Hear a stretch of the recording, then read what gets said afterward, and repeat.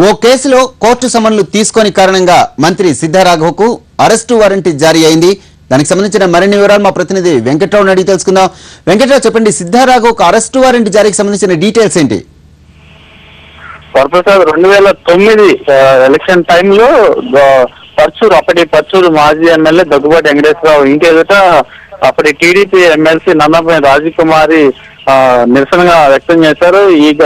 అదే సమయంలో ఇటు దగ్గుబాటి వెంకటేశ్వరరావు వర్గీయులకు, ఇటు నన్నపనేని వర్గీయులకు ఘర్షణ చోటు చేసుకుని దాని తర్వాత సిద్ధారాఘవరావుతో పాటు టీడీపీ నాయకులందరూ కూడా ఒంగోలు కలెక్టరేట్ ఏదైతే ఆందోళన నిర్వహించారు. అయితే ఆందోళన సమయంలో కొంత ఉద్రిక్త చోటు చేసుకుంది. దీనికి సంబంధించి కూడా టీడీపీ లీడర్లందరికీ